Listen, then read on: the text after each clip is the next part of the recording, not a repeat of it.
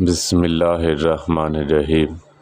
حضرت ابو ہریرہ رضی اللہ تعالیٰ عنہ سے روایت ہے، نبی کریم صلی اللہ علیہ وسلم نے فرمایا، جب جمعہ کا دن آتا ہے تو فرشتے اس دن مسجد کے دروازوں میں بیٹھ جاتے ہیں، اور جو جمعے کے لیے آتا ہے اسے لکھتے ہیں، اور جب امام خطبہ دینے کے لیے نکلتا ہے تو فرشتے اپنا رجسٹر لپیٹ دیتے ہیں۔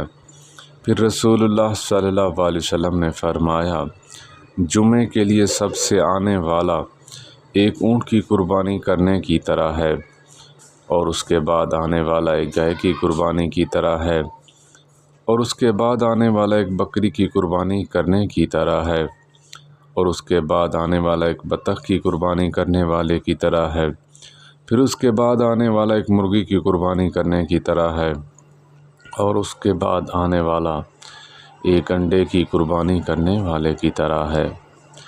نبی کریم صلی اللہ علیہ وسلم نے فرمایا، 3 دعائیں قبول ہوتی ہیں، ان کی قبولیت میں کوئی شک نہیں ہے۔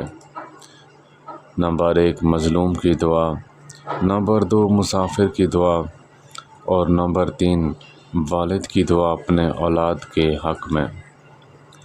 آخری نبی صلی اللہ علیہ وسلم نے ارشاد فرمایا، ساری دنیا کی تباہی اللہ تعالیٰ کے نزدیک ایک مسلمان کے قتل کے مقابلے میں بھی ہلکی ہے۔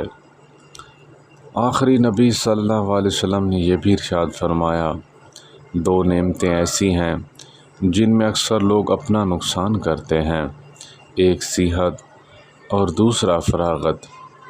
اللہ تعالی ہم سب کو تندرستی سے مالا مال فرمائے اور عمل کرنے کی توفیق عطا فرمائے۔